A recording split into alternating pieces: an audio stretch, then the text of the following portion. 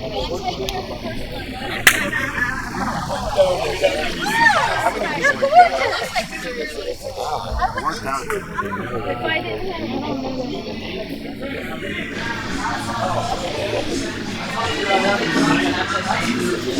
want LSD?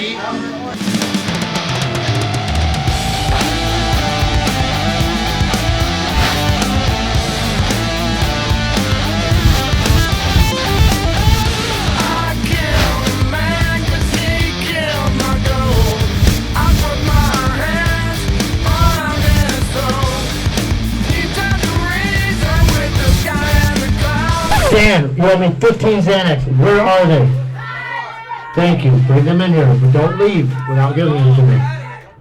I grew up in Helena, Alabama, and I was probably a normal kid that liked to wear capes and ride bikes, you know.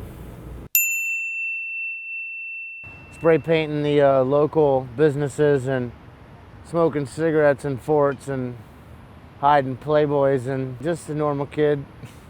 I was from a relatively small family, one brother, one mother, and one father. I don't think I was probably the best kid, but you know, I love my folks and my family.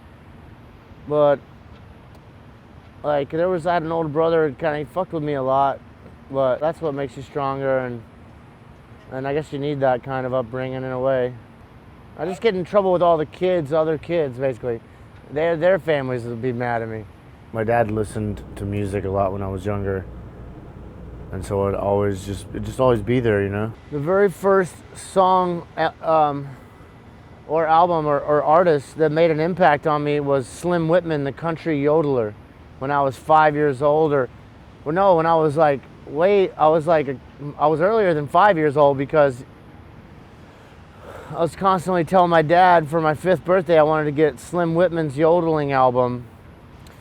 That was the first music that I was really impacted by. Country yodeling. No, I cannot do any of his yodeling, but you know. I liked Elvis a lot when I was a kid, and I still like Elvis a lot as an adult. I liked his hair a lot when I was a kid, and his music was phenomenal, but about him, his aesthetic was his hair and his shoes. I heard my dad listen to a lot of old blues, and so yeah, that was cool. I love that. I still love that. What I first did when I was a kid, I can't believe I almost forgot to tell you this. I wore a cape everywhere, first of all, and I had a tennis racket that I made into a guitar, and I just walked around with a cape on and a guitar, or the tennis racket, and then before the tennis racket, I used my pawn as I'd walk around the house like as a little kid, like 3-year-old, like my electric guitar, you know. And I had my dad buy the coattail, man, give me a guitar, give me a guitar, give me a guitar. Apparently I saw Eric Clapton on TV when I was like 3 or something. It was like guitar, never said anything but guitar. What's that guy on TV with a guitar for? Well, he's a musician. What's that? They just play music. I'm like, they get paid for it? And they're like, yeah. And I'm like, well, I mean, where is he? He's in London. What's he doing there? They play music there. Well, they play music only in London? No, they play it everywhere. All over the world? Yes. I'm like, that's neat. Wow. My little 5-year-old and 4-year-old brain's like, wow, that's crazy. I think I want me one of those guitars, you know, Mom? Would you like some more albums? Yeah, I want some more albums, and I want I want a guitar. Well, we can't get you a guitar. You'll just throw it in the closet with the Shogun Warriors you didn't play with. You'll just throw it in the closet with your Godzilla toys. And I'm like, I love my Godzilla toys. Did you ever talk about my Godzilla toys like that? And then, because I'd always have to go after school with my dad to his job. He worked at this two-way communications radio shop, and I would go there and I would ask everyone there, did they play guitar? And do they have guitars? You know, this 4-year-old like blonde-headed kid walking around, like, you have a guitar, you play guitar, why not? Really? Okay, and I just like, as soon as they said no, I'd be like, I'm out of here. Get out. Who are you? You're nobody. And so this guy in the back, his name was BB, can't think of his last name. His name was BB, I know that.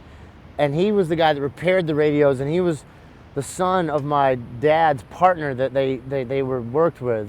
And he was in his 30s, must have been, or something, you know, and I was in like, it was from like 4 or 5 to I was like 9 or 8. Like I walked around that shop asking everyone if they had a guitar for that many years without having a guitar, just having a tennis racket. And then one day this guy BB brought a guitar. He's a guitar player. He had tons of guitars or whatever, 4 or 5, I don't know how many he had. And he brought one to work and he gave it to me, or gave it to my dad. And because my dad wants to give it to me, of course. It was a Gibson. The guitar was a Gibson. Maybe he bought it from him. I don't even know. Finally got me a guitar, and then me and my brother had to fight over it. You know, you better get better on your brother than this thing, or you're not going to get the guitar. So then, you know, that was the first little goal to get the guitar in your possession without, you know, you have it at the household, but it's not truly yours yet. You know, you have to like prove yourself to earn it or something. You know. Then my parents split up, and then my dad moved into an apartment next to this guy named Jeff King, and he was in there playing electric guitar one day, and I must have been maybe 9 or 10, and I was just like, whoa! I hear someone playing a guitar. It's not just, I'd never really seen anyone play guitar to this point in my life, and I was like, no, I hear someone playing guitar. They're really playing a real guitar. It's an electric guitar. Someone has one in this building. And I just was like, sniffed him out, basically. Went over there, knocked on the door. Old apartment doors with the big plastic button sticks out. I was like, dong! He comes to this pothead comes to the door smoking a cigarette. You know, he's like 18. His mom's off to work. He's in an apartment, his bedroom by himself, playing guitar. Here I come, enter the room, and he like puts the guitar on me. And he's just like this super cool dude. He's like, yeah, man, sure, little dude, like, check it out. And I was like, and I just remember taking like my hand and just going, bow, and I just felt the electricity like surge through me, like almost being reborn. That had never happened to me before. And then I was just hooked right then and there. I started learning about guitars because I love guitars, and I learned that Les Paul was a guitar player, and he had all these guitars he had made, and they were the guitar to have. And so I took a pen and I scratched Les Paul into the headstock of this old 1953, I think, Parlor Gibson that the guitar ended up being like worth thousands of dollars. And then I put like kicks, like 96 Rocks, like radio station stickers on it and stuff. Peeled the lacquer off, and then I traded it many years later when I was like 13 or 14 to graduate to the electric guitar. I traded it. Well, no, I had already gotten an electric guitar for Christmas the year prior to that. It was a West Tone Electra. The criteria and the requirements of the whole thing was like, it has to have 4 knobs and a whammy bar, Dad. I cannot have a guitar that has 3 knobs and no whammy bar. Like, they're seeing them selling these guitars. They got 4 knobs and no whammy bar. Don't get one of those either. It has to, I was so like every day with my dad, like, it has to have 4 knobs and a whammy bar. My dad set me up with some lessons at, there's a music store. It's called Nuncie's. It's a cool name, and now looking back, that Nuncie's. I don't know why the hell it was called Nuncie's, but there was a girl, her name was Karen. She gave me my first guitar lessons. I remember she was hot too, and she had long, skinny fingers with no long, pretty painted fingernails on them. And I've always like grown up like the women in my family had like long fingernails, painted them like, you know, like red or whatever color, and I was just fascinated by that as a kid. I even wrote a song about it with Mastodon, Bedazzled Fingernails. And I'm like playing baseball and at school and like having bad grades, and like, you know, like I don't got playing guitar was something a privilege you had to earn in my house. You couldn't just go play the guitar and if you have bad grades. So then the guitar got taken away at some point, you know, and stuff like that. And then it was a struggle to get to the guitar. I remember my whole life, even now playing guitar, I'm like, God damn, it's hard. It's hard. I rented the movie Crossroads, and I really liked it. And I just watched it all the time, and I learned a lot of the stuff out of the movie, like just sitting around watching the movie. I guess I mainly played by ear, like traditionally when I was growing up. You know, never learned any theory until like my when I went to this school, and I didn't learn it then either. Except I did learn it. Yeah, I did learn it, but I didn't learn like full-on theory. I learned like how to read music. By then, I was full-on addicted to guitar.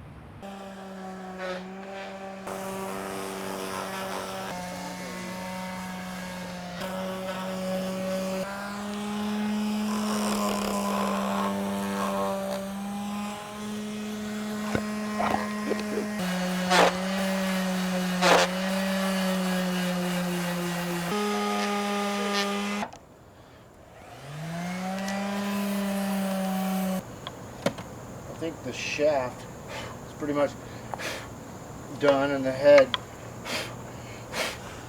and the shaft I think are pretty much done. I don't think I'll sand on the ball sack area for a little while now.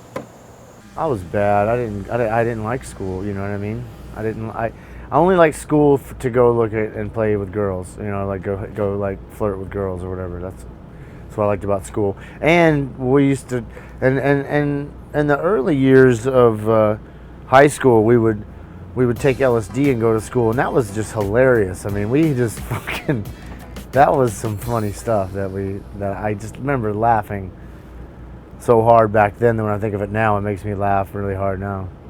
I was in high school and I played with this dude named Colby Flint. He was pretty badass on the drums, and we would jam together all the time. We were kids, you know. We were little kids, no hair on our dicks, just kids. Oh yeah, we gigged out whatever. Like we played at Shannon Lovett's house, whether they hate it, love it or not. You know, we played parties, you know. Get up and play cocaine by Eric Clapton or something. What's up, motherfucker? That nigga has 8 and he knows cocaine. I like it when you see that.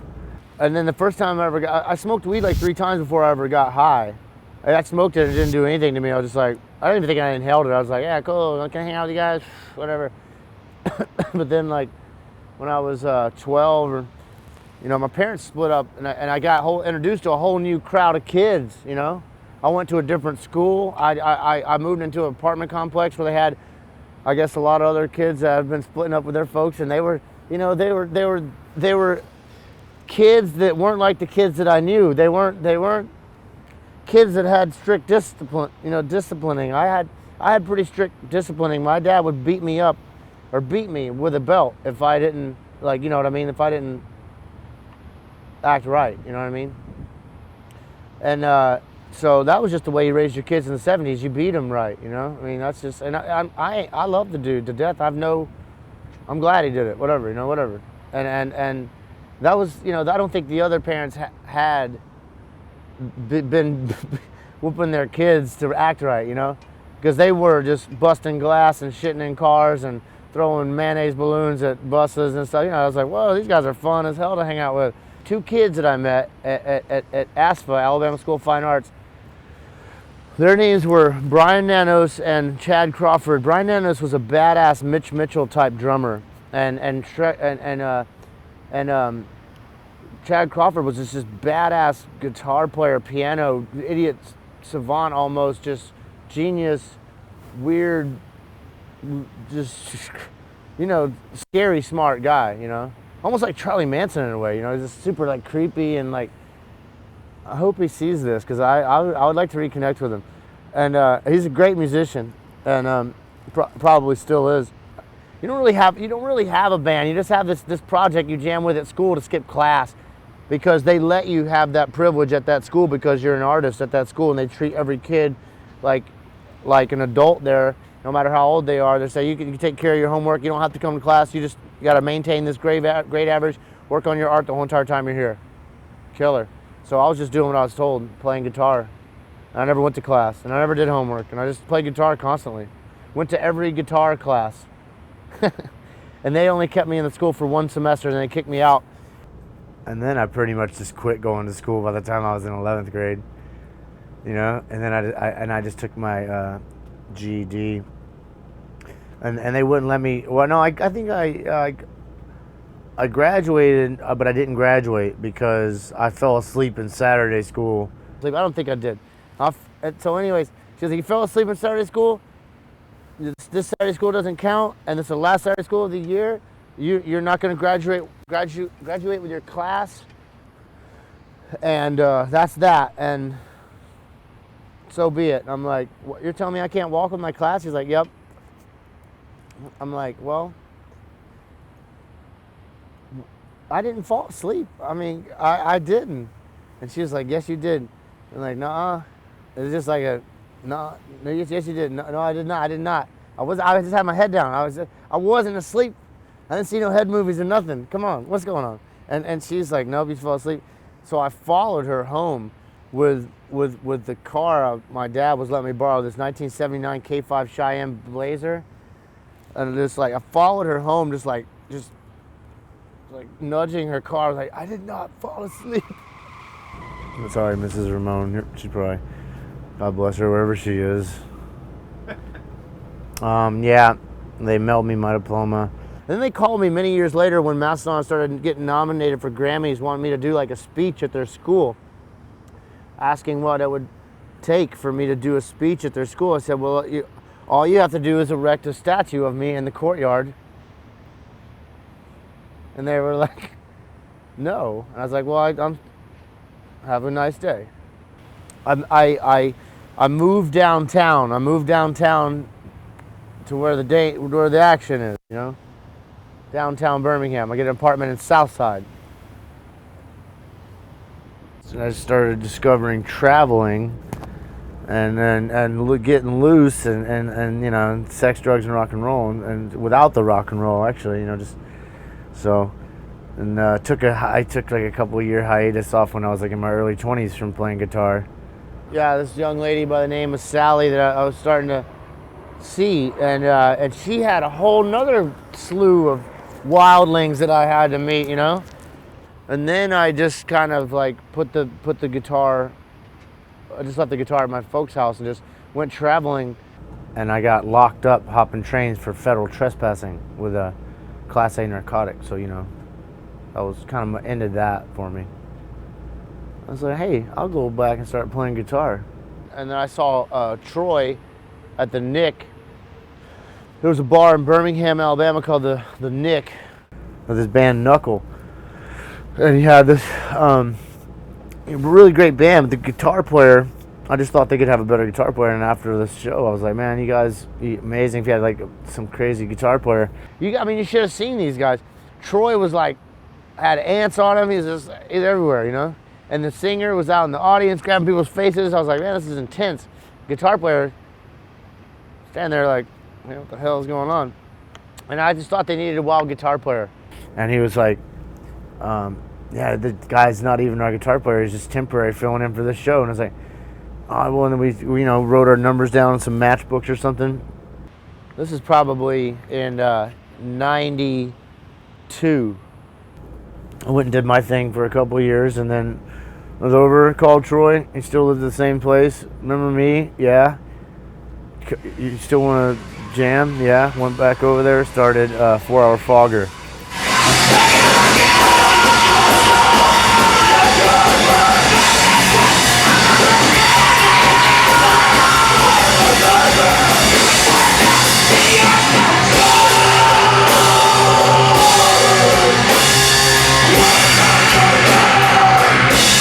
And by that time, I pretty much used up all my resources in Atlanta, folks, people, everything. Like, so it's kind of, I mean, in Alabama.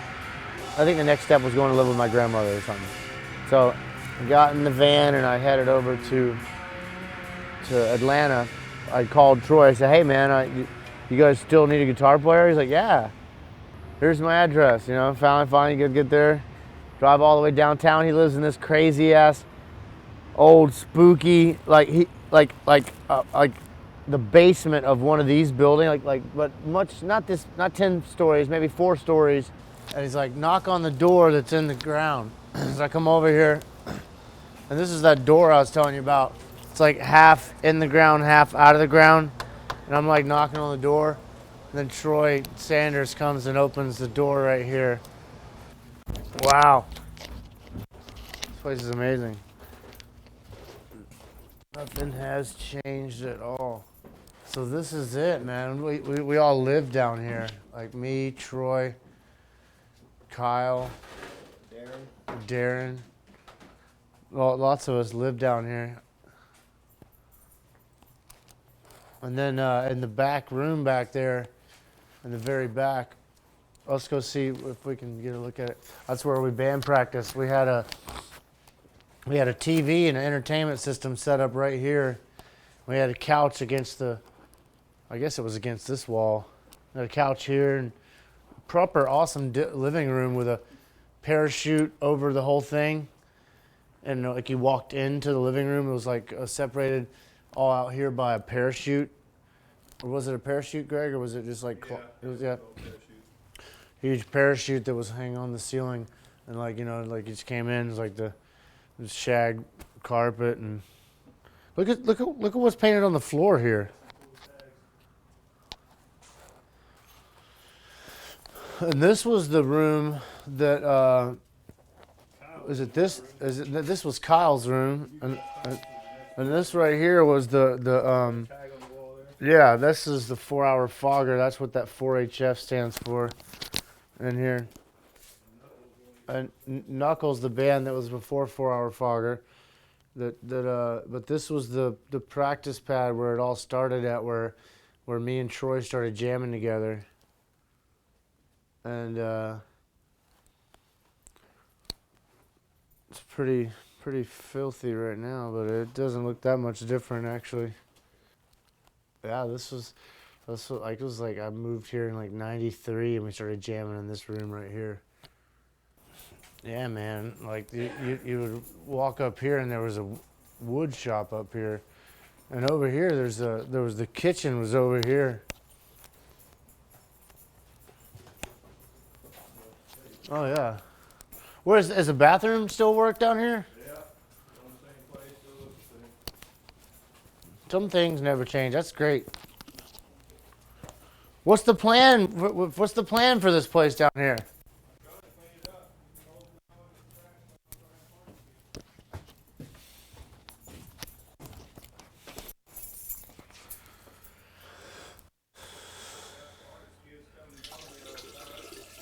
up. You're trying to clean it up so you can... Yeah.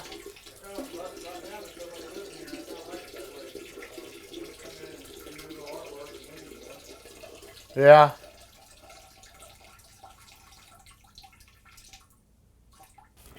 This was Troy's room right here. Troy Sanders lived in this room right here.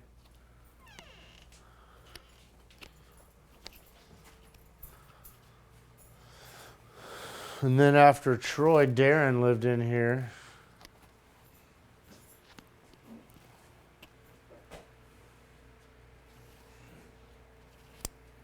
Very artsy little place it turned into. I guess it always has been. If you need bass, Walk down here, tell the guy to shut up, knock on this door right here. Bam, bam, bam, bam, bam, bam, bam. And then he just came out shooting, and I just like ran that way. Looking back on it now, I can't believe we lived there. But it couldn't have been good for us. That was 4-hour fogger, is what that was. We were like avant-garde art rock, like crazy, weird band. We played naked sometimes. Troy is such a different person now than he was then. It's amazing.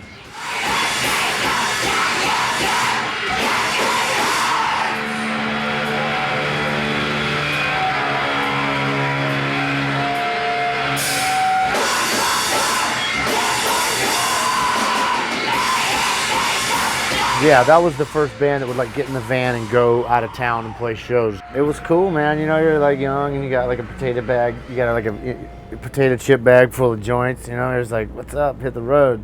It's great. It's freedom. Okay, what happened to the band originally was our drummer, his name was Lionel O'Brien, and he was a guy from Paris, some French dude. He was a good drummer, and he was the drummer for Knuckle. And then when I came in to play guitar for Knuckle, well, I changed everything. I changed. Well, I mean, I asked them. I don't change it. I asked, what do you want to do? You want to do Knuckle? You want to do Knuckle? You could call it Knuckle Dragger, dragging out Knuckle, whatever, you know. And what do you like? Or do you want to start something new? The singer and the bass player Troy and the singer Gary wanted to do something new. The drummer didn't. He wanted to do the Knuckle stuff. So me writing all these crazy avant-garde songs that he had to learn, he did learn, and they were awesome. And he learned them well, and we fucking went on tour with him. But he found himself working too hard, basically, because it was just a little bit more involved. You know, everything was, and he liked to just rock out, and I can respect that. And it just kind of put a wedge in between our relationship as friends and as musicians. And he kind of came to resent me, I guess, and he quit. But that didn't end us. The singer quit. And I started, well, I already sang backup, so I started singing. Troy never sang before, but Troy started singing when the singer quit. And so me and Troy started singing. The last 4 Hour Fogger album that I wrote with Troy was the very first Mastodon album, Life's Blood. So that's how good 4 Hour Fogger was. And then Bill and Braun had some songs, and I had about whatever many songs. I had a handful of songs, they had a handful of songs. We threw them together and made that album. I'd already met Bill because Bill worked at Jumpman's Daughter, where my girlfriend worked at. So I knew of his band. It wasn't his band, but I knew of the band he joined. Today Is the Day. Temple of the Morning Star. We liked that album, and then they joined that band, and then they quit that band, and they moved to Atlanta, and then we're like, hey, you guys went to Europe with your band. Let's be in a band. Let's go all over the place, be in a band. Like, you know, you play drums, I play guitar. He's got a van. Play guitar. We're like, let's do this.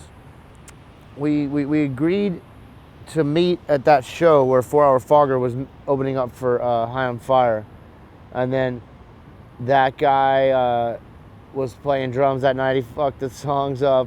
And then Braun and Bill were there, and they were like, yeah, you guys need a drummer and a guitar player for sure, man. You guys are struggling.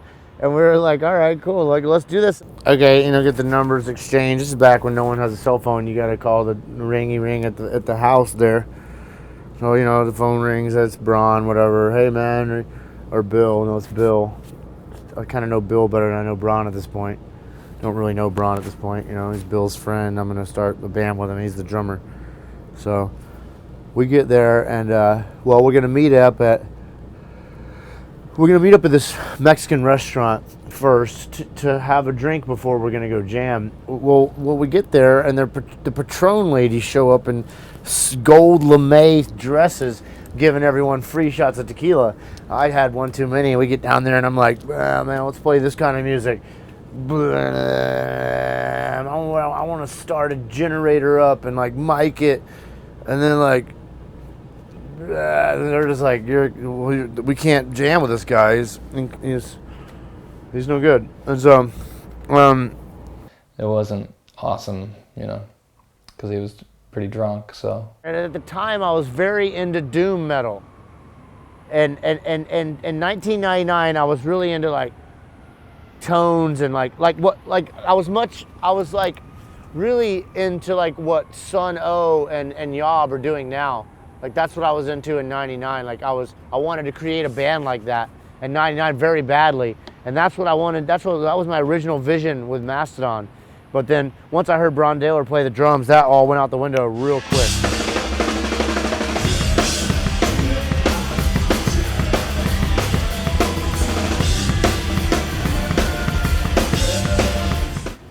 This is back when we had phones that went ring, ring, hello, Hey, it's Bill. Hey, man. Yeah, dude. I'm sorry I got drunk and I got this crazy doom vision. Like I want to make everything like all noisy and like, I want when people to listen to our music, they just want to jump off a building, man. I don't want to fucking just scare people with it. And he's like, yeah. Well, he came over to our house the next day after that audition, or not audition, but we were just gonna jam together. You know what I mean? He came over to our house the next day. I think he kind of realized that it didn't go well. You know what I mean? We should get together again. Like Braun, I heard that Braun told Bill, like, that guy can't play guitar. That guy's no good. He's a drunk and he's just a fucking wild man, whatever. Like, let's look for somebody else. So Bill was like, no, I've heard him play before. His band opened up for someone. I've seen him play before. He's good. And so just trust me. So I came over when I was sober and I played some stuff for him or whatever. And he just started ripping on this. He was like, I got all these songs, and he was just really excited, so. And he started playing on Bill's acoustic and saw these sick riffs, I was like, where was this guy last night, So he definitely redeemed himself. And I knew he was a great guitar player.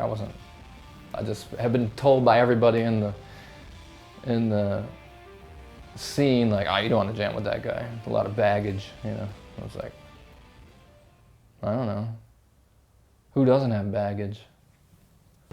And then we kind of then started trusting one another at that point, and then we just started jamming. And as soon as I understood that they were really, honestly, about no monkey business at all, they wanted to really get something done, I was like, okay, I was just joking around when I got drunk and was doing all that stupid shit. I was basically giving you guys an introduction to what kind of person I am. I got along with them off the bat, and musically I got along with them even better, so that, playing together, I just really liked what I was hearing, he was speaking my language. Guitar-wise, he was playing the notes I wanted to hear, and there was a definite, beauty to what he was playing, and mixed with Bill's kind of the beast, it was a good combo, We are very ambitious, and we practice all the time. We're young, we're dumb, we're full of cum, and no one can stop us. I'm 25, Bron's 24, Troy's 25, Bill's 27. We got this shit. We know what they already been in a band. They already fucking been to Europe. They know how to do it. See, what happened with Mastodon was we our very first tour, Troy booked it, and he was like, we're going on tour. We've never been on. We're going to Winnipeg and back, Canada. Well, we'd never been to Canada. We'd never been up in played any of those places. So somehow Troy got us some gigs all the way up there, and so we didn't need to play really around Atlanta. We never really have played around Atlanta. We've always played like outside of Atlanta. I got a certain feeling when we played the music that I'd never gotten from any other band. That this band was like locked in. It was tighter. It felt, it was a different sensation, totally. Yes, okay. Thanks for coming out to the rock and roll show tonight.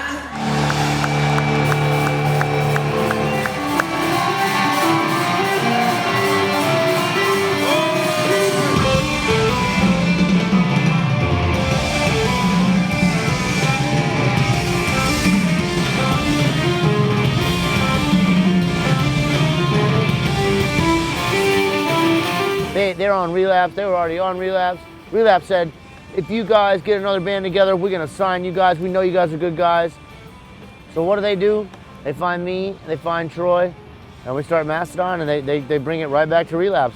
Within a couple of months, we had we were signed on Relapse, and they were bending us over.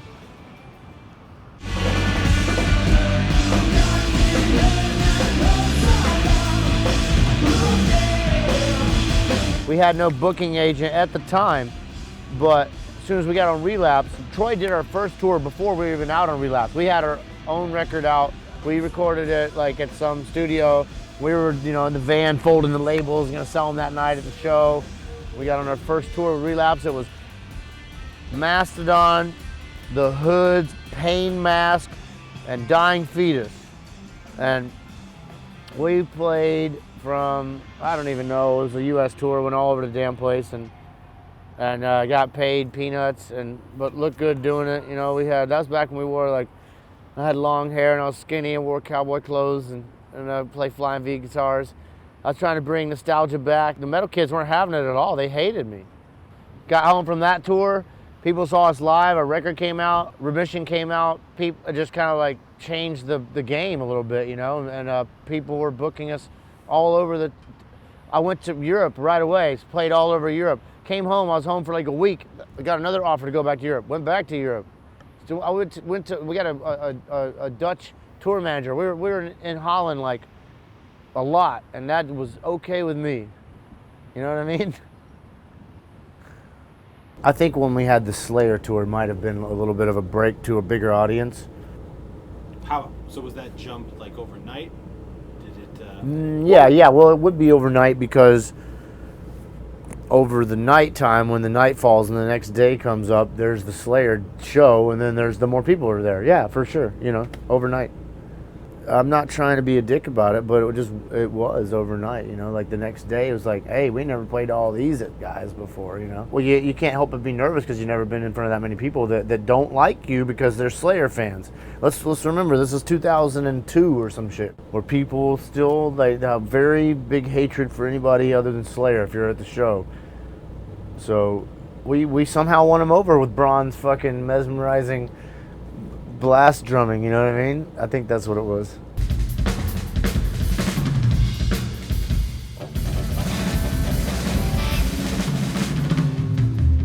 Yeah, the popularity came rather rapidly, and it was totally like, what? You know what I mean? Like, it was a total, like, mind fuck.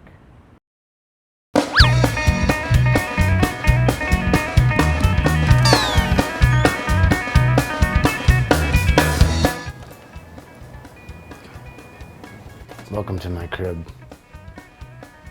We have this piece right here. I bought it at an estate sale. And the person that bought it at Universal Studios for $7 or something, they were telling me.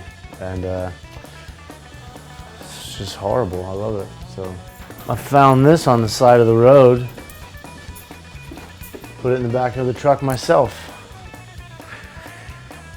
And it was sitting next to another piece of furniture I'll show you later. Turned out later, I had a friend move in with me at my old house, and he was like, where'd you get that? I was like, I found it on the side of the road. He's like, where'd you find it on the side of the road at? I said, out in front of Rick Dang's studio. He said, that's mine, man. I left that there to get it refinished, and he got kicked out. So I said, too bad, bro, Skeeto. I found it fair and square. These are masks. This is the Metal Inner Mutant from This Island Earth, creature in the Black Lagoon, a fly, albino unicorn monkey, creature, goat head with the ears going the wrong way, whatever. Record player. I'm currently listening to nothing fancy. It's nothing fancy. Records. Coffee. This right here is my gym. Right here, put them on the floor, do push-ups. My cat. This is where I eat my food at. These are some movie posters. More movie posters, stuff. This is the kitchen. This is where I cook my food at. I'm currently cooking a stew right now. It's gonna be delicious. The master bedroom. Here it is. This is where all the sleeping happens. I do a lot of sleeping and with my dog. Don't we, buddy? Don't we? We sleep. We go to sleep. We look at it, we gaze at each other. I think you're awesome too. You're the best. I know you're the best. No, you're the best. You are. Silly. No, you stop it. You stop it. You stop. You stop. You stop. I'm not gonna stop. I'll get there. Here's one of my paintings that I did. I took another painting and I painted on it. There's a painting of Boris Karloff, Black Cat, that my buddy Shane Morton did. It was really good. Here's the bathroom. Check it out. Whole entire bathroom all to myself. I could take a bath, or I could take a shower, or I could brush my teeth, or you know what else. Really cold room though. I wish I would have moved into this room. Look how cold it is in here. 20-minute space helmet my buddy made me. What's up? Took him 20 minutes. Downstairs. Let's go downstairs. Check out the basement. This is where a lot of the hanging out happens. Here's a painting that my friend Bam Margera did for me. And there's my cat. She lives down here. This is like her domain. And this is the time we sold out a bunch of stuff. Sold out. Couldn't get in unless you didn't get your tickets in time. There's like, I do a lot of woodwork down here, build some, I'm gonna get a big wood shelf right here, do some carpet treating. This side over here is the movie theater. This is where you watch all the hockey and baseball and football games and Game of Thrones and whatever. You have the people over. You can wreck this room. This room's fine. You can wreck it. Everything's fine. And this is pretty much it. Oh, I love this show. This is my roommate, Dingus. Come here, buddy. Come here. Say hello. Say hello. Hey. Damn Dingus. We do a lot of hanging out, throwing. He likes to play a lot, so we play. And that just requires me throwing a ball, so it's not too bad.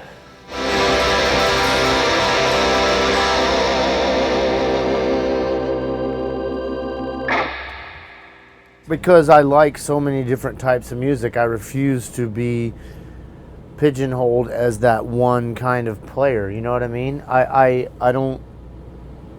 like, basically it's just that I like metal and I like bluegrass and I like rock and roll are the three that kind of trip people out. I like country a lot too. So I like country, bluegrass, old jug blues music. I like old music. I like Django Reinhardt. I like really old music. And, you know, vintage stuff, you know, so I guess just a metalhead liking all this other stuff that's not common for metalheads to like is just the unique thing about my playing and myself. But you know, it's not unique to me because I know a lot of guys like me that are metalheads that like all this shit, you know. But if you had to choose one, and it would, you know, be one guy to kind of single out for be a spokesperson for the rest of the guys like myself, then I guess I'm all right for the job.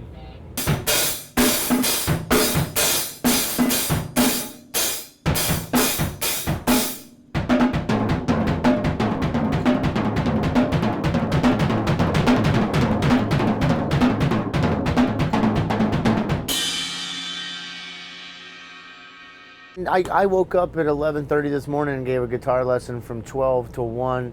I play, you know, I just wake up and play guitar. I like to play guitar. It's not a hassle or a chore for me. It's just like it's something fun to do. It keeps me satisfied, and I have like ADHD, I guess you would say, pretty cool. And I want to talk about his shoes really bad right now, but we're doing this interview. You know what I mean? Like stuff like that. Talk about I'm just saying. So it just keeps me occupied, basically. Guitar does, you know, and especially on tour. If I'm on tour, I want to play as much guitar as possible. I want to teach people how to play guitar. I want to talk about guitar, stuff like that. You know, I mean, I think when I'm off tour, we do a whole lot of nothing to the point to where it's mind-numbingly. You don't even know if you're almost exist in this type of reality anymore, you know, because you're sitting somewhere with none of this around you for months on end. No tour buses, no guitars, you know. Yeah. Everyone goes their separate ways, and I miss it. I like work. If you have a cool job, you might as well love work, you know.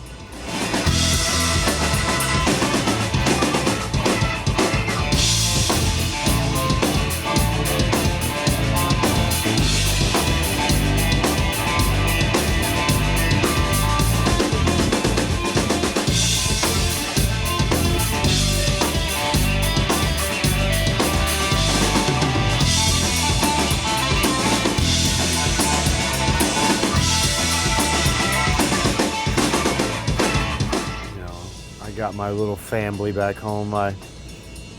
Sometimes my on again, off again girlfriend, and then my dog and my cat. That's pretty much my world back home. I'm just moving to the west end, to the more urban, historical part of Atlanta. Just a nice way to say older ghetto. And so I'm finally getting a basement to jam in, so I'm gonna be able to jam at my house. So my life's gonna be looking up. The only reason I was having a hard time with myself is because I just moved, and I moved from my house that I sold. I don't know why I did that. I went through like a midlife. I went through a midlife crisis. That's what it is. I think that's what it is. I sold my house. Fuck this house. I don't want this. I don't need any of this shit. I don't need this big backyard. I don't need this car garage. I don't need any of this shit. So I moved to like this apartment downtown with like no backyard. I'd walk my dog around. I just wanted to live downtown for a while. And so, anywho, it was a bad move. But hey, I can only learn things one way, the hard way. So anyways, my dog Dingus, he needs a backyard, and I need a place to carve my tikis at. I do the carved tikis also, so that's one thing that really is like an outlet of mine. And so I have a backyard now, 2-car garage for my. I like my old cars. I have a '68 Buick Skylark that I covet, and then I have a '71 F100 Ford pickup truck. It's kind of like my daily driver. And then I got an old Triumph motorcycle that's been in Alabama forever that I'm trying to bring it over to Atlanta, but I've had nowhere to put it, so now I got a basement and a 2-car garage. So my life is looking up. I'm going to go from here to here, coming back home from tour. Before I go to Europe, which is only 10 days, I have to move my whole entire house and rehearse. So how can I do it? Yes, I can. Do I want to do it? No, but I got to do it.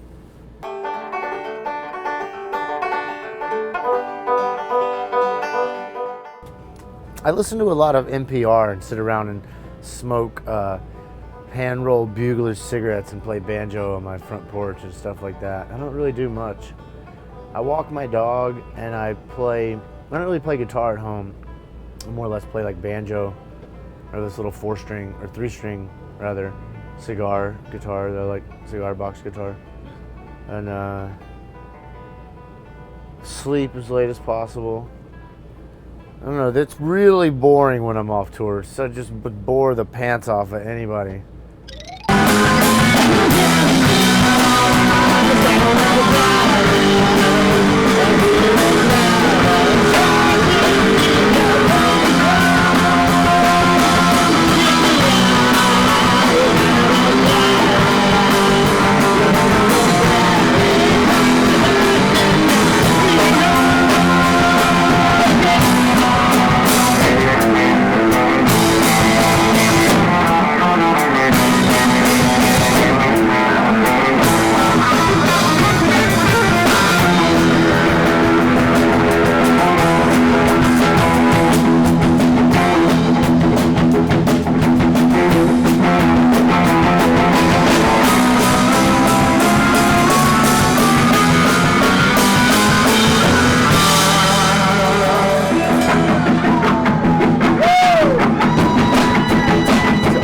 Face was my first band. I've been in Female Face since 1994.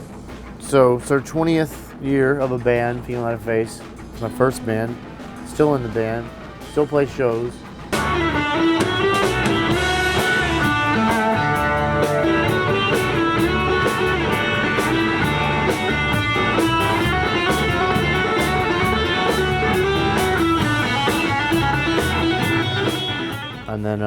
And then I got this guy Mark Carbone.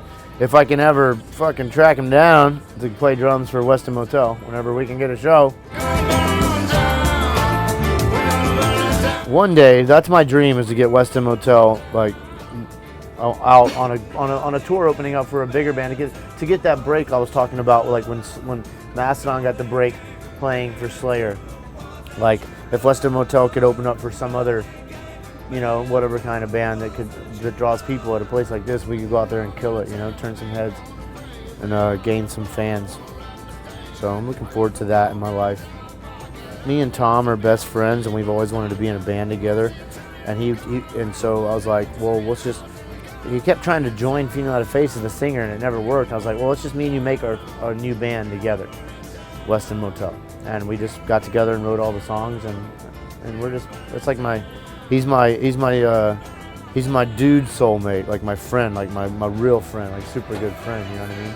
And it's just me and Tom's noggins that together. That's what our noggins. That's what our brains sound like, you know? It sounds like just whiskey-soaked celebration, I guess. Brent, Hinds died. First interaction, I guess it was first big interaction. We were at Ria's annual party. It's kind of a big deal. There's bands playing during the day, huge tent, and she cooks food out there. I think beer's free, you know. It's hilarious. It's a really fun party. A lot of people stop by. We'd had a few beers that day. It got pretty funny. And at one point, Brent he was mad because they wouldn't let us back in. They'd stop serving us, you know, and then they'd lock the restaurant doors, and we couldn't get in, and we were upset. So Brent he had this little pocket knife, you know, gentleman's folding pocket knife, and he was like,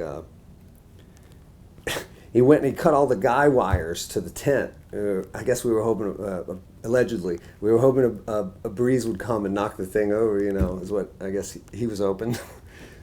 Well, we're playing gigs, we're going all over the world playing gigs, and it's like, and all of a sudden, out of nowhere, like all these major labels started coming to our gigs. We're like, people started coming up to me, and were like, "Hi, I'm so and so from whatever records." I'm like, "Great, beat it, you know? What are you doing here?"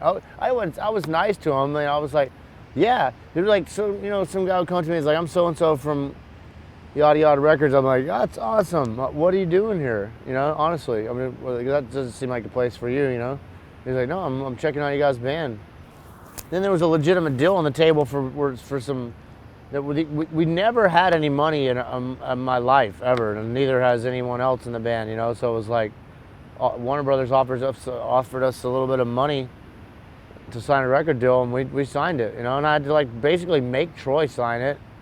I was like, "You got to sign that. I mean, I need some money. I'm tired of eating stale donuts." Warner bought us from Relapse. Everything started happening on a much larger scale at that point, on a Warner Brothers scale. The way they do things different than Relapse. Yeah, I think they got the game figured out a little better than Relapse. You know, they know how to pump a band up a little bit more than Relapse does. So that's basically what they've been organically doing for the last 9 or 10 years or whatever. Warner Brothers is really the only rock label left, and that's the label we're on, and that's not a bad label to be on if you're a rock band right now. All the other labels are really geared towards hip hop and house and whatever, just solo artists. I think the only good thing that we did on television when we played Fallon on Halloween, and it went really well. And but you know, that's a whole different style, or that's a whole different thing that's going to happen to a band that's never going to happen to a band again, really. You know what I mean? I mean, late night shows are phasing out, and we were one of the bands that got to play the late night shows. I mean, there'll be some more bands on late night shows, but they won't be like Mastodon or Queens of the Stone Age or Dillinger Escape Plan or any of these, these kind of more raw rock bands. That's a cool fun thing to do, because you get to meet like I met John Candy. I mean, not John Candy, but John Goodman. You know, Tom Hanks ate a sandwich like right here while he was talking to somebody. I was like, my bosom buddy right here. So you know, that I don't think I'm definitely know for a fact that I'll never have that experience again in my life. So that was a cool experience to have, and I wouldn't have that experience if I wouldn't have played Letterman that day or Fallon that night. You know, Carrie Fisher hit on Bill. Bill's, you know, he loves Star Wars. He grew up masturbating to Carrie Fisher, and then there's Carrie Fisher telling Bill that he's hot and that she, you know what I mean? And, I mean, that kind of experience. You know, he played Fallon, and Jimmy Fallon came up to me and he tried to French kiss me, and I backed away. And I was like, "Oh man, what's up?" He's like, "You're chicken." I was playing homo chicken. You're chicken. So you know, that's priceless stuff that'll never happen again, because all that shit's getting phased out for a band. So you know. Some people are total jerks and be like, "What's up, rock star?" Like old jealous friends, I guess. Yeah. I'm like, "What's up, shitbag, fucking asshole?" Oh, I call people dad a lot, so I'm like, "I'm sorry, dad. Have I disappointed you in some way?" What do your folks think of your They're very proud of me. Yeah. Your brother? He passed away Oh, did he? 2010. Up to that point, he was proud? Yeah. Seeing everything happen for you guys? Yeah, for sure. Totally stoked about it. Because he loved rock and roll. He loved Guns N' Roses and he loved Black Sabbath. He had good taste.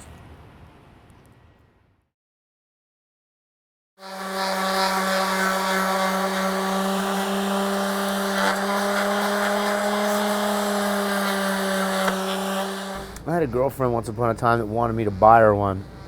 And I went to look at how expensive they were, and they were like $500. And I was like, I could probably make one of those. So I made it, and I got a lot of satisfaction out of making the one. So I just kept making different types of wood carvings, not necessarily tikis, but just anything. Like right now, I'm making a huge penis. Well, I had found this piece of wood on the property where we recorded Once More Around the Sun in Franklin, Tennessee. They were cutting down a bunch of black oak trees. And I saw this one there and I was like, man, that one looks like a huge dick. So I took it from the property, threw it in the back of my truck, and made a big paunus out of it. Now I'm gonna finish it up. I'm doing my sander broke yesterday, so I gotta finish up the job today and lacquer it and stroke it. The mosquitoes are so bad back here. That's why I got these citronella torches. Infestation. Infestation. I've been making them since like the late 90s. You know, just really got into them. Carve something, just get a piece of wood and start hacking on it. Or take a nap is always a good thing I've always found to do when you have nothing else to do. Take a nice nap.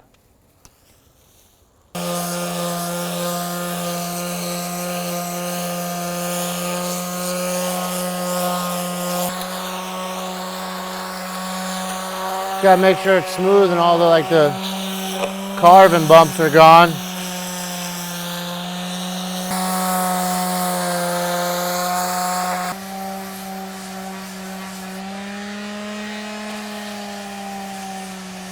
See how smooth it's getting? It's gonna be really nice and smooth. Yeah, that's a nice color. Really lets the wood shine through. That's what I like about some stains. Not too dark stains. I really actually prefer a lighter stain than this, but I got all these for free from my buddy.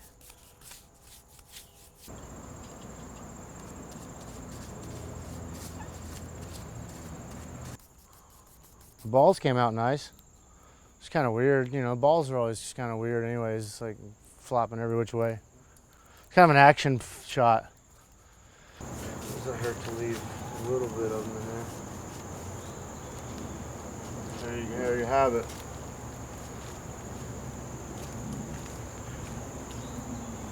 One gigantic wooden penis. It is hard after you carve something for that long to get rid of it. You don't want to get rid of it. For some reason, it's this weird connection you have with it.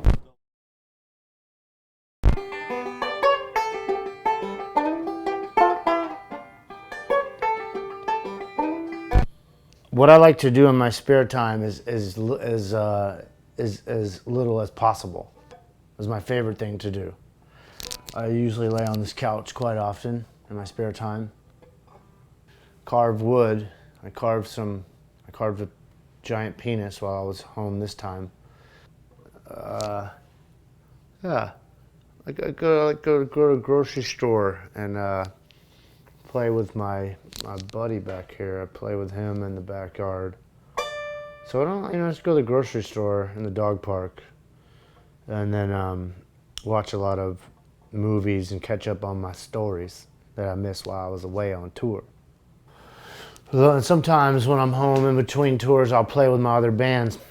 Scragglers. Scragglers is just a bunch of old friends that I've known forever around here in Atlanta. Just decided to get together and form a band, and they were already a band, and they needed a pedal steel player, and I told them that I could play pedal steel, and they were like, okay, cool. So they just, next thing you know, I'm playing pedal steel in that band, but so busy doing all the Mastodon stuff that I can't even really get anything done in life that I need to get done outside of playing Mastodon shows. So that's the Scragglers.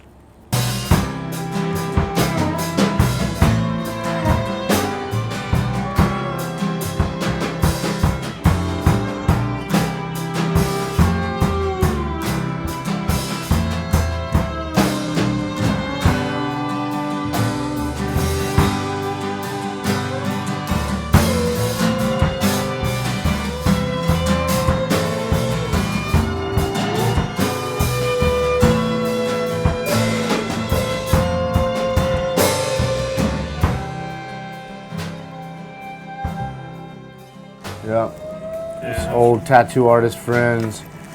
Me and Steve, there's Steve right there. Me and Steve, the bass player, we've been friends for about 20-something years. We've been in Fiend Light of Faith for 20 years. We started in '94.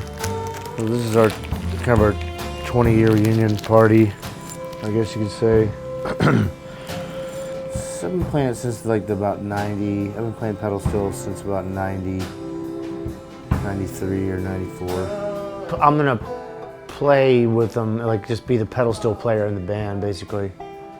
And whenever I can be there to play with them, I will. I like to keep 50 cents on my coffee table. It's always 50 cents there, in case you ever need 50 cents. Scragglers. Fiend Light of Faith, Westin Motel. Not Westin Motel anymore because Tom moved to New York. Way to go, Tom. Way to go. Way to go. This music is just like rockabilly, like old school blues and country music.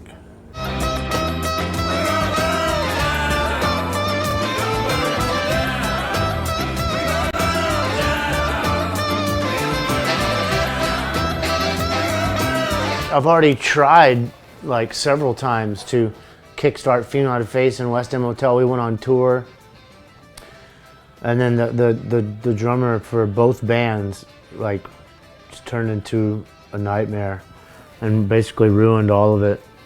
And so I tried, whatever.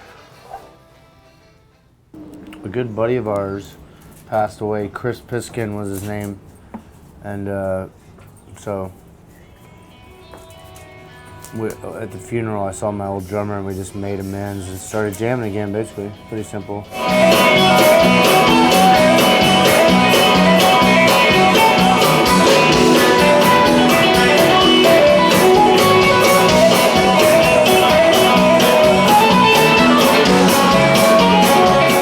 We did 2 rehearsals, and we haven't jammed since at the San Diego gig at the Casbah in 2009 or something like that, or 2011, I can't really remember. It's been a while, but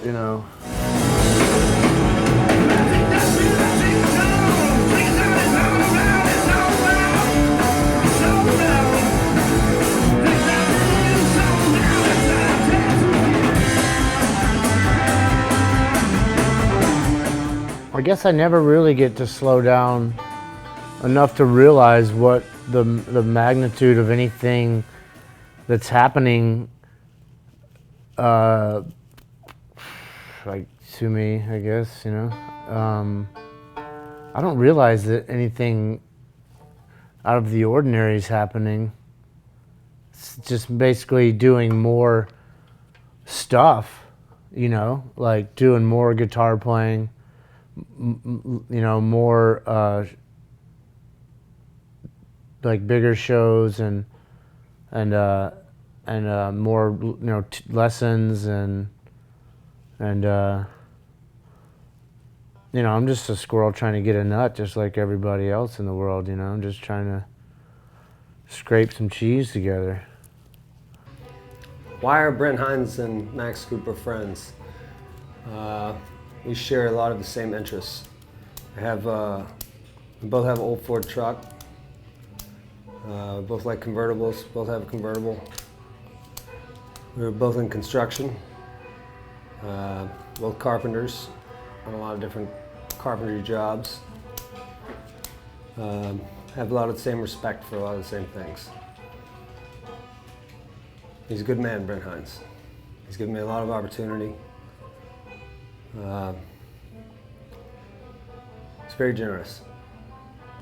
Yeah, because I figure out when I finally get around to playing music, I figure, hey, this is fun, and it sounds good. It's sounding the way I want it to sound. So I guess I'm pretty good at this. And hey, wait a minute, I am pretty good at this, and I should be doing this way more than I'm doing, hanging out at bars, talking to old friends about old flames.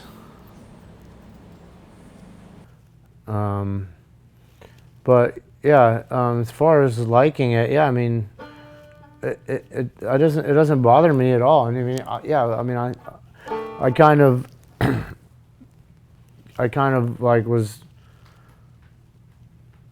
you know, this is what I wanted to do for a living when I was a kid playing guitar. So like I said, the goal's pretty much been accomplished for a while now. As soon as I started paying my rent with money that I made from shows.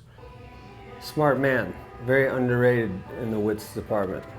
Very clever. He doesn't forget things very often. And I think that's probably one of the hardest things about being Brent Hinds. I just came out of a 7-year relationship and kind of came home off tour just to break up with, I guess, my girlfriend. So it's not been going very good. It's been very, a little shitty.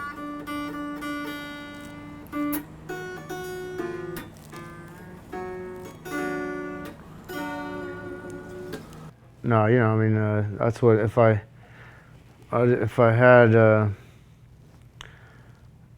had my way, I'd have like a really good organ player, you know, piano player, / you know, do both, whatever, the guy's so good. And then, you know, have a bass player that could like to walk the bass in every key imaginable, you know, he just knew the bass up and down. And, you know, just, I would probably do something along those lines. It'd be fun. So, you know, it's just a way to, you know, that's why I like to find a way to keep myself busy. I like to play guitar, I like to carve these wooden things, you know, so like, you know, it just gives me a chance to just, I mean, you know, I hang out on the road a lot, and I mean, I hang out with a lot of people. I give guitar lessons to kids every day, probably 10, 15 kids, you know, and I meet a lot of people that I really wouldn't meet otherwise necessarily. You're alone, but you're still working on stuff that other people can enjoy, you know, like music and art.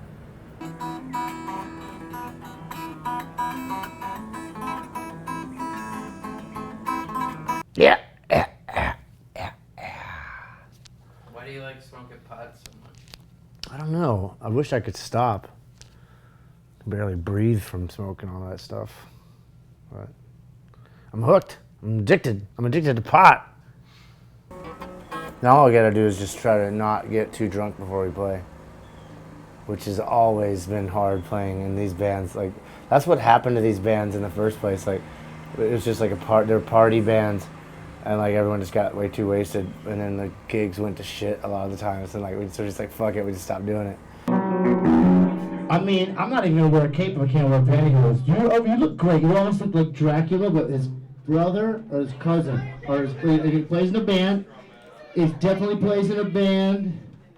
I can't. Where'd you go? Fucking magicians.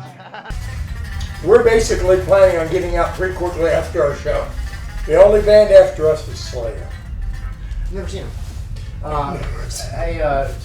So what the plan is? Like, are we going back to O'Hara? Mm-hmm. So we're staying back there. We're going back to the hotel.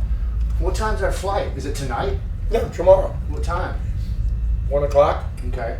I'm probably not going to go back to the hotel. That's fine. And I already checked out.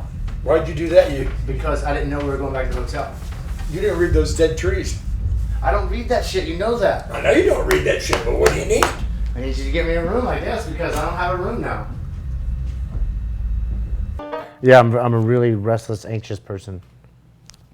And I think that's why I like to smoke pot. Like, mellows me out. Or like, makes me think that I'm going to die. Both. They're both so intense that it makes you pass out and get some rest from it. We were at a jazz open mic night at Elliott Street Pub over in West Atlanta, Castleberry Hills, and it was open mic, and we were standing at the back of the place. Brent's hearing's not so good, so he was talking kind of loud, and we were kind of poking fun at the band playing. It was really funny. The guys they're nice guys and they were funny, but what they were doing was hilarious. So we were laughing about cutting out. And I said I've always wanted to go up on stage and scat, just like bullshit scat, And he said, why didn't you do it? And I was like, I don't know, I've just never done it. Just haven't done it. He's like, you should do it. And I was like, I'm not doing that shit, no way. And it's set up in the basement there, where we're in the back, and you have to go by the stage to exit that place. And 15, 20 minutes later, we decided we were going to leave. And Brent was in front of me, and we were both going towards the exit. And at the last second, he turned around, and he got a really good grip on my wrist and headed up on stage and drugged me up on stage. And so I scatted, and so Brent, I think he played the guitar. And he sang as well. I told him he was gonna have to sing. So they were doing some jazz stuff and we were doing pretty good. And then they changed to like rock because I guess they recognized it was Brent. They wanted to hear him play some rock. And then I just kind of fell to pieces, but it was a lot of fun. People are all right, I guess. I mean, some of them are really awesome, and then some of them are just not your not your brand, I guess. But for the most part, I seem to get along with most people that I meet, If they're cool and nice and not, an asshole, then I can get along with them easily. I can even get along with the assholes sometimes. Ooh, shit. Yeah, I like folk. On the road is like 4 guys in these little bunks, and then you never see them really because like you're just in your bunk pretty much the whole entire time. The only time you really ever see them, I guess you might run into them going to the bathroom in the middle of the night sometimes, and you haven't been to sleep yet, and they're in their underwear and you got all your clothes on, and they always look at you like you should be in bed or something, and you're in the back lounge, like having a beer or a joint with some of the road crew guys or whatever. And that's about all you see of those guys on tour anymore. You see them backstage, and then they're really, Braun's tapping on his leg pretty much constantly, and then Troy's like, he just disappears and does like a vocal warm up. I guess I just sit around and play guitar. Yeah. Anyways, so there's really nothing to see there. Anywho, but yeah, it's pretty boring. I give it a 10 on the 1 to 10 boring scale backstage of any band to hang out with, Mastodon. I guess because it's my job is what drives me to pick up the guitar now, is because that's what some people got to fucking get off their couch and go sit in some building. I don't have to do that. I just got to pick up a guitar and get back to work.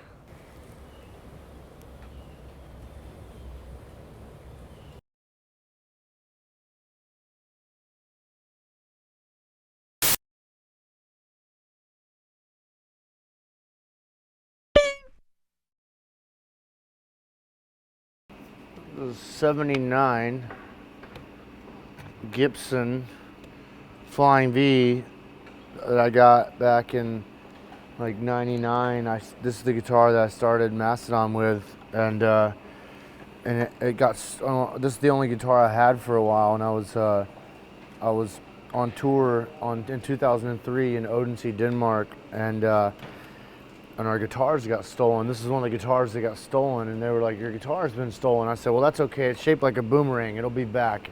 9 years later, a clairvoyant little girl was at a guitar convention with her father, a vintage guitar convention with her father in Odense, Denmark, and like her father was like, let me see that guitar. I want that guitar. And he was like, ask his daughter, what do you think about the guitar? And she like held the guitar, and she was like, this guitar's been stolen.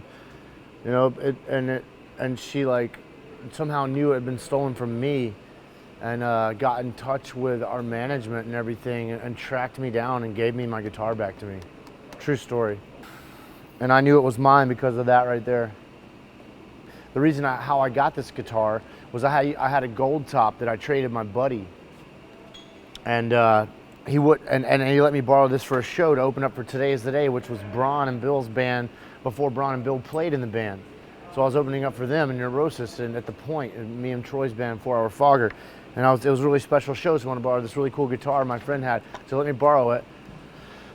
And then that night I let Steve Austin from Today's the Day borrow it, and he fucking did this to it. And so when I went to give it back to my friend, he was like, fuck you, man. Like, you're not getting your guitar back. You ruined my guitar. So I was so pissed off that I took this guitar and I set it down really hard, and I broke the headstock. So, but then I didn't even know Braun or Bill or Troy. Or I was in a band with Troy. I was playing this in our old band, but it's just you could write a short book about this guitar, you know. Good one. This guitar right here is a B.B. King guitar that was owned by B.B. King, that was given to Keith Richards, and then Keith Richards gave this to his bass player, Daryl Johnson, and then Daryl Johnson had a good friend whose name was Daryl Thompson, who played the guitar for Peter Tosh back in the 70s, and Sly and Robbie all through the 90s and 80s and to current date, and I bought it from him. So, and then John 5, I think he wanted to buy it from me. I don't know if I'm gonna let it go or not, but this is a really cool guitar that's been on a lot of recordings, Mastodon recordings. It's just a good, solid guitar, you know, and it's got a cool story also.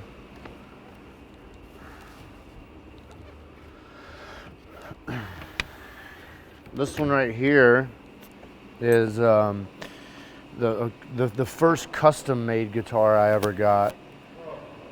First Stack did it for me, and they did the inlaid logos of the albums and the headstock there. And yeah, this was the first custom guitar I got, and I was, you know, since it was the first custom one I had, I played it. I used to just play a 12-string all the time and didn't play my 12-string for a point there. I was just playing 12-string. I was in love with it. I still am, but you know, I just kind of, we're not through, baby, don't worry.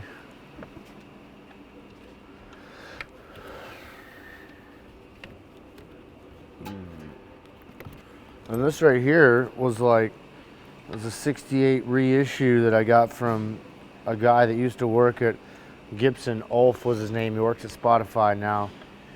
He gave it to me. Very rare thing when Gibson gives a guitar player a guitar. If you're not like uber famous.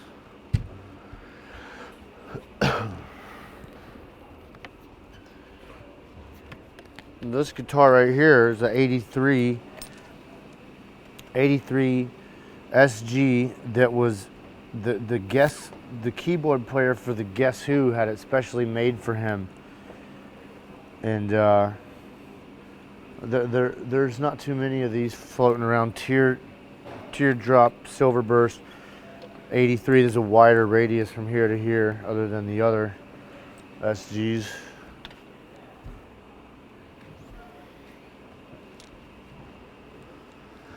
This is another a guitar that I got from that same guy, Ulf, from Gibson. I got it for free.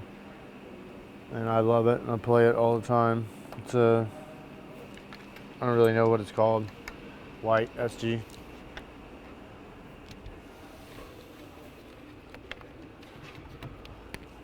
Electrical Guitar Company guitar made by Kevin Burkett with my first signature series like prototype pickup in it. This is an old, I've had this guitar for a while. It's been through a lot. I've played this guitar a lot too. It's currently on hiatus from this tour for some reason because Bill has one and he won't play it because it goes out of tune. Fuck it, I'll play it if it goes out of tune. I don't give a shit. It's clear, man. You got to play it. But Bill won't play his. I want the unison thing happening. I want to get him playing his. He has a clear guitar. I have a clear guitar. Look, check us out. We have clear guitars, but not to no avail. Anywho, love this guitar. I'm supposed to be getting some more of these. An SG, clear SG. That's gonna be fun.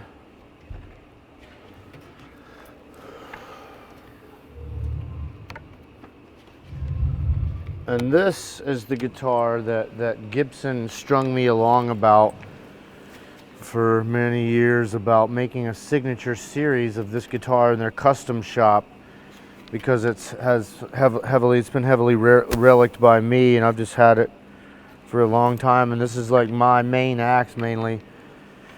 And I had them make it back in 2005.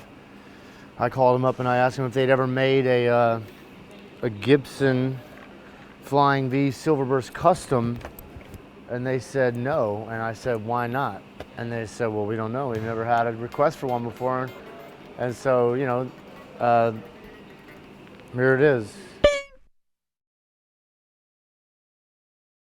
Right here we got a 1976 JMP Mark II 100-watt lead series. His name is Sal. He makes a nice marinara sauce.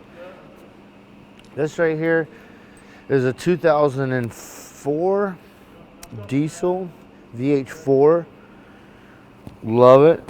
He's the dough for the pizza. Down here we got Al.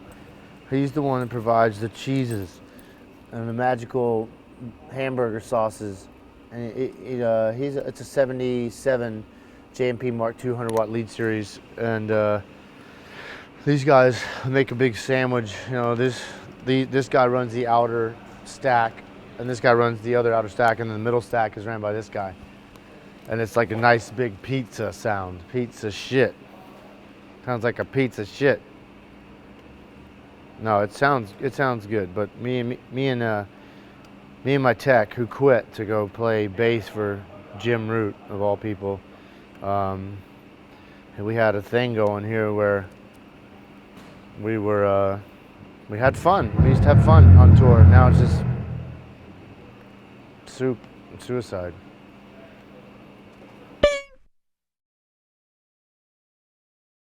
And you put it through this thing, and then you push these buttons and all these things start working, and they do different stuff. This guy calls Arnold Schwarzenegger immediately. It's like an emergency phone call to Arnold Schwarzenegger right there. You can just get him right on the phone. In my in-ear monitors, I can get the President of the United States on the phone with this one right here. And we just talk about stuff, secret stuff that I can't talk with you guys about. And then this one, Jimi Hendrix gave me this one back in Vietnam. It's a octave pedal. And this is like a base Ibanez tube screamer, but all I really want is a Ibanez TS9 tube screamer, but it has a TS9 setting on here, so you know, just you don't need what you already have, I guess, but even though it's not really that. The volume pedal, everyone needs a volume. If it gets too loud, you turn it down. If it's not loud enough, you turn it up.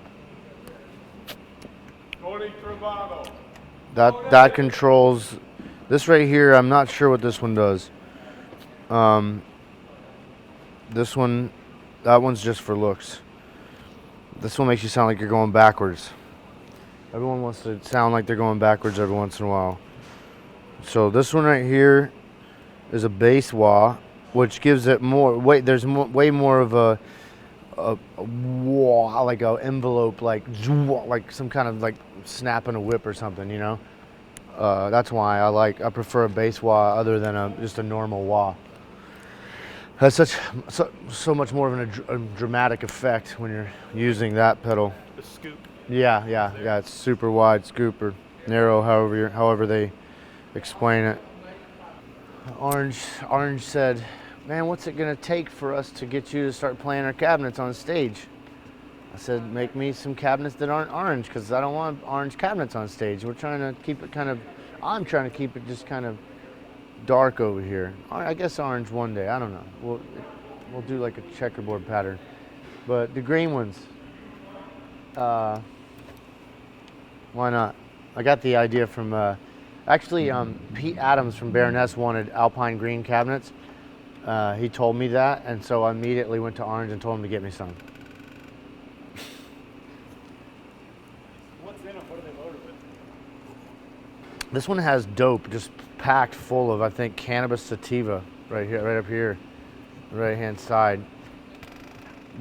China white heroin over here, and a couple of speakers down here. 75 watt. No, you know what? They're 80 watt. 80 watt. I don't know if they're. I don't know who Orange uses. I don't know. Does it say on the back there? Does it say what kind of speakers are in there? I mean, I can't even tell you what kind of speakers are in Gojira's. Vintage 30s. Vintage 30s, bam. Vintage 30s, I guess all of them. I've never seen inside of there because I don't really know what's inside of these things. There could be all kinds of stuff in there. Used needles.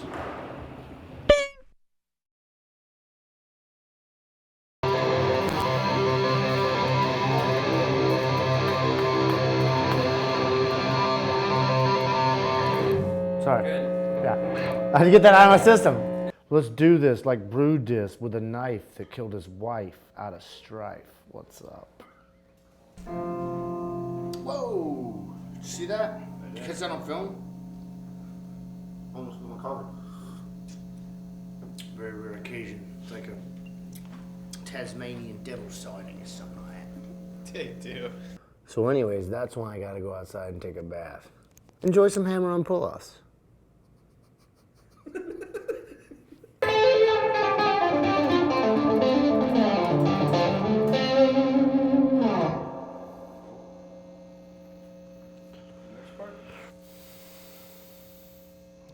That's it. Is that it? Mm-hmm. Can we get a couple intros for that? So here's part 1, here's part 2, here's part 3, here's part 4. Here's part 1, here's part 2, here's part 3, here's part 4, here's part 5. Please enjoy. And a little slower so I can cut them up. And a little slower so you can cut them up. Fuck it, just call it the awesome sauce part, whatever, it doesn't matter. Just this is that part. You know? Who's the judge here? Like, who's to say that's wrong? I wrote the song. I'll call it the fucking doo-doo sandwich part if I want to, you know? I mean, let's call it that part. Here's part 1. Pause. Here's part 2. Here's part 2. Here's part 3. Here's part 3. And here's the last part, part 4. Here's the final and last part, part 4. No, that's a lie. There's 5 parts. Here's part 4. Here's part 4. Here's the last part, 5. Here's the final part, the last part, number 5, the loneliest number. Awesome sauce. That, I'm gonna call it that part. That part is the name of that part. That part. Here's that part. Here's some of my favorite licks. To save us time and energy, you don't want to have to me just like nail that because there's a lot of notes flying around every. It's just you know, it's a lot of red tape, guys. You know, it's just a lot of hoops to jump through.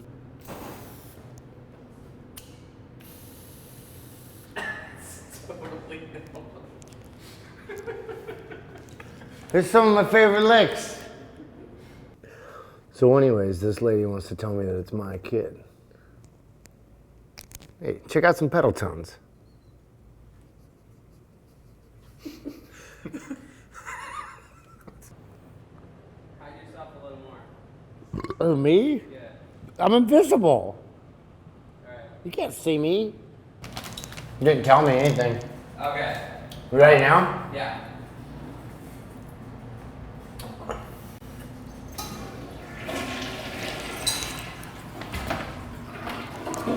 Here's where I leave my triads.